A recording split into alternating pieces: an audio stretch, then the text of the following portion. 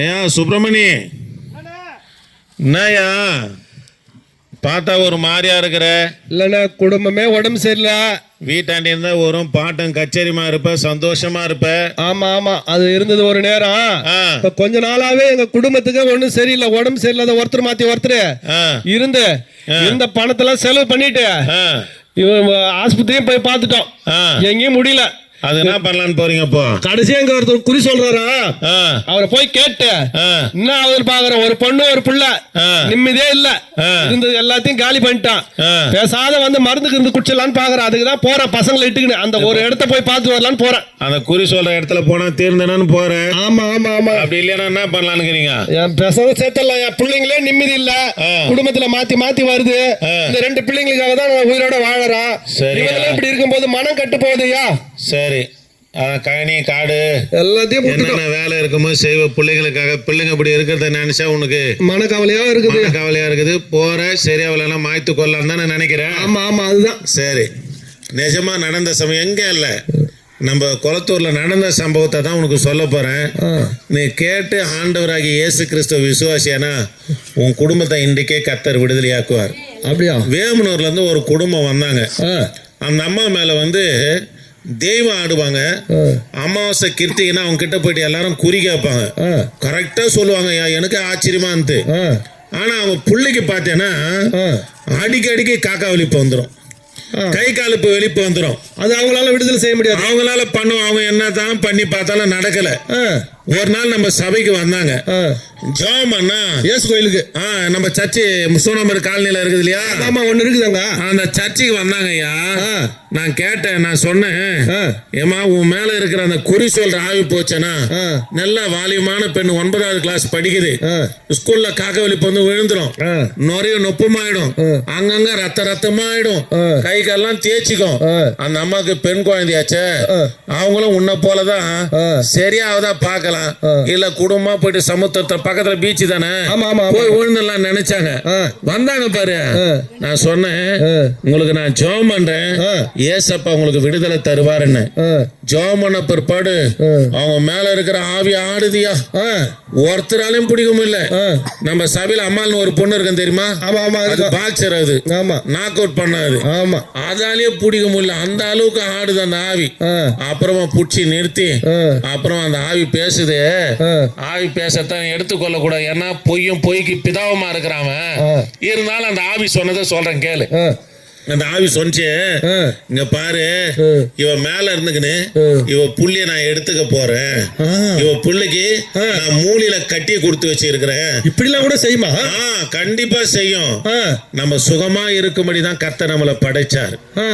உன்னில வியாதி ஒன்றும் இராதபடி தான் கர்த்தர் படைச்சாரு. இந்த வியாதி, மரணம், பிரச்சனை, போராட்டம், சமாதான கேடு எல்லாம் கொண்டு வந்து யார் தெரியுமா? பிசாசு. கவனிக்கிறீங்களா?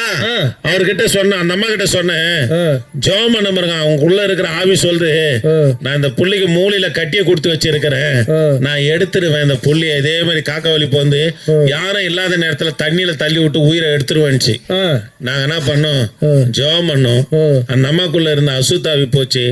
ஒரு 3 மாசத்துக்கு ஒரு மாசத்துக்கு முன்னாடி ஜிக்மர் ஹாஸ்பிட்டல் டேட்டும் கொடுத்துட்டாங்க, அந்த மூலையில இருக்கிற கட்டியை எடுக்கணும்னு சொல்லி.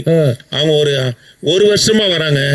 எப்ப அவங்களுக்குள்ள இந்த ஆவி போச்சு, அன்னில இருந்து அவங்க கை காலுப்பு வலிப்பு, காக்கா வலிப்பு வரல. விடுதலை ஆக்கிட்டாங்க. அப்புறமா ஜிக்மர் ஹாஸ்பிட்டல் சரி டேட் சொன்னாங்க, போயிட்டு ஆபரேஷன் பண்ணிக்கலாம்னு போனாங்க பாருங்க. ஜிக்மர் ஹாஸ்பிட்டல் ஸ்கேன் பண்ணி பார்த்தா கட்டி இல்லை. அல்லேலூயா. ஆண்டவர் அங்க அற்புதம் செஞ்சாரு, உன் வாழ்க்கையில செய்ய மாட்டாரா? ஐயா, நான் இப்ப குறி சொல்ற இடத்த கூட போகல, இந்த இயேசு கோயிலுக்கே வந்தாரேன் நானு. என் பிள்ளைங்களுக்கு விடுதலை கொடுத்தா போதும், இப்பே கூட வரையா, எங்க கொடுமை சேர்த்துங்க எங்களை. கண்டிப்பா கர்த்தர் செய்வாரியா. சரி. அவர் நேற்றும் இன்று என்றும் மாறிடாத தெய்வம்.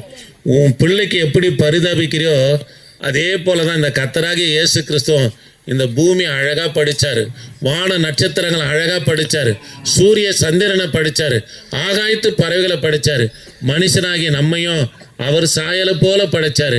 நம்ம சுகமா இருக்கணும், ஆஸ்வாதமா இருக்கணும் தான் அவர் கல்வாரி சிலுவையில பலியாகி தன் ஜீவனை கொடுத்து 3ஆம் நாள் உயிர் தெழுந்த தெய்வம் உன் பிள்ளைக்கு அற்புதம் செய்ய மாட்டாரா? நானே ஒரு சில பாவங்களை செய்துட்டு இருக்கிறேன். அதெல்லாம் பரவாயில்ல. அந்த பக்கத்து வீட்டு அகத்து வீட்டு அந்த நில பாவம் அது இதெல்லாம் ரொம்ப அதிகமான பாவம் செய்துட்டு இருக்கிறேன். ஒருவேளை அப்படிதான் சொல்லிட்டு எல்லாத்தையும் சுத்திட்டு மனம் கெட்டு போச்சியா, இனியே மருந்து குடிச்சிடலாம் அப்படின்ற ஒரு கணக்குல செய்துட்டேன். அதெல்லாம் விடுதலை கொடுப்பாரு அவங்க ஆண்டவர். கண்டிப்பா உன் பாவம் சகல பாவங்களை நீக்கி உன்னை சுத்திகரித்து தம்முடைய பிள்ளையை ஏற்றுக்கொள்ளுகிற தெய்வம். அப்பனா வாங்க போலாம். ஆண்டவர் சொல்றாரு, தம்மிடத்துல வருகிறவனு நான் புறம்பே தள்ள மாட்டேன்டார். நான் உங்களுக்காக ஜெபிக்கிறேன். இன்னைக்கு உன் குடும்பம் இன்னில இருந்து உன் குடும்பத்துக்கு கர்த்தர் அற்புதம் செய்ய போறார். சரி வரீங்களா? ஐயா ஜெபம் பண்ணிக்கோ வாங்க. சரி ஜெபம் பண்ணலாமா? சபையார் வந்துக்கிறீங்களா? தம்பி அங்க சபையார் வந்துக்கிறீங்களா? எல்லாரும் வாங்க, இந்த குடும்பத்துக்காக பாரப்படலாம். இன்னைக்கு இந்த குடும்பத்தை கர்த்தர் விடுதலை ஆக்குவாரு. இந்த வேலூர் கிராமத்திலும் கர்த்தர் ஒரு அற்புதத்தை செய்ய போகிறார். ஜெபம் பண்ணலாமா? ஆண்டவரே நாங்கள் உம்மை துதிக்கிறோம். ஆண்டவரே இந்த பிள்ளைகள் மேல கர்த்தருடைய அபிஷேகம் இறங்கட்டும். ஆண்டவரே ஆண்டவரே உம்மை தேடி வந்திருக்கிற இந்த பிள்ளையை என் கர்த்தர் நீங்க விடுதலை ஆக்குவீராக.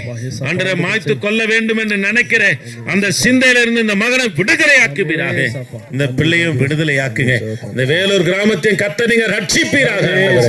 தொடர்ந்து உமது பிரசன்னம் இருக்கட்டும். இயேசு நாமத்தில் ஜெபிக்க நல்ல பிதாவே, ஆமென். பிரைஸ் எல்லாம். கர்த்தர் உனக்கு அற்புதம் செஞ்சிட்டாரு. சபைக்கு வாங்க. இந்த கிராமத்துல இருக்கிற மக்களும் பாக்குறாங்க.